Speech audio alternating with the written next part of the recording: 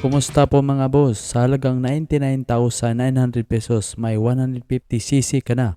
Ito ang Yamaha Lixie LX155. Let's go, silipin natin ang specs at features kung sulit ba ito mga boss. Yamaha Lixie LX155 pero maliit po tingnan, parang 125cc lang na scooter type. Ito ang pangtapat ng Yamaha sa Honda Click 160. Kung mapapansin mo, ang kanyang headlight ay malaki. Pang old model ang forma. Nasa ibabaw naman ng headlight ang turn signal nito. Pagdating naman sa front suspension ay naka-telescopic fork na po ito. Naka-disc brake sa harapan at naka-single pot caliper at ang sukat ng front tire nito ay 90 by 90 with 14 diameter. Naka-fully digital panel display na po ito. Naka-blue background na parang sa Aerox, may speedometer, RPM gauge at orasan. Ang forma po ng Yamaha Lixie LX155 ay may hawig sa NMAX na maliit na version. Isa sa nagustuhan ko sa Yamaha Lixie LX155 ay may start and stop system. Kung saan nasa stoplight ka ay automatic na ito nag-o-off ang makina. Napakaganda ang features na ito dahil lalo na ngayon na mahal na ang gas.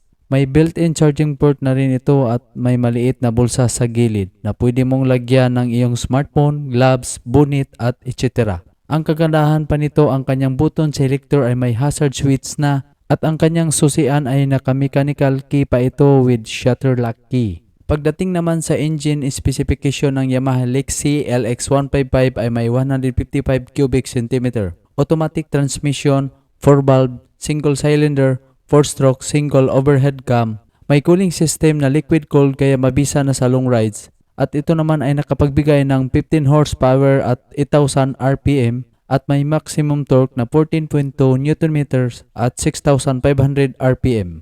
Naka-fuel injected na po ito at may variable valve actuation o VVA na kaya matipid na sa gas at ang fuel consumption nito ay nasa 45 km per liter lang.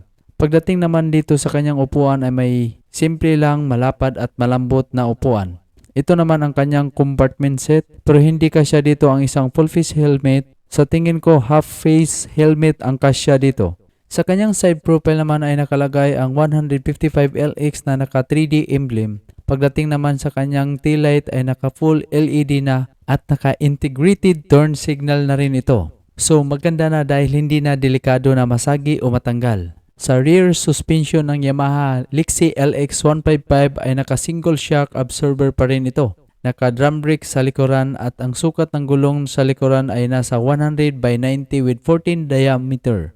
Ang napapansin ko na advantage sa motor na ito sa mga competitor niya ay may presyo lang ito na 99,900 pesos. Di hamak na mas mura sa ibang brand mga boss. Mga kulay na available sa ngayon dito sa Pilipinas ay ang matte green at black. May bigat lang ito na 116 kilograms. May ground clearance na 135mm. This is good enough na hindi masasayad sa mga humps at lubak-lubak na kalsada dito sa Pilipinas. At may seat height lang ito na 170mm kaya swak ito sa mga Filipino height.